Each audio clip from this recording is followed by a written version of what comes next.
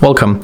If you want to transfer data from Umidigi S2 Lite to other Android smartphone, at the first you have to go on both smartphones on the Play Store, and we have to download application name Send Anywhere.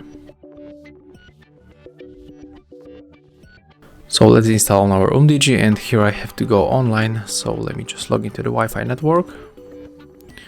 I'm gonna to input the password. Okay, and right now let's enter Play Store one more time and get this Send Anywhere app to transfer data.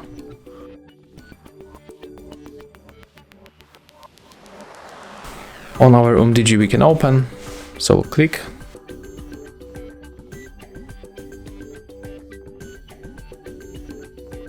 Then tap to accept terms and privacy policy, click here, tap continue, accept all the stuff that pops on the screen, and then open and do the same steps on the second smartphone that we are going to receive data. Click here, click confirm, and then move to the receive. As you can see here, we can send a lot of things, but it's only example, so I will focus maybe on only on the photos.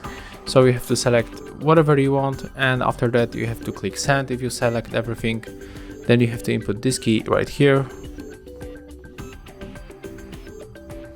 click receive,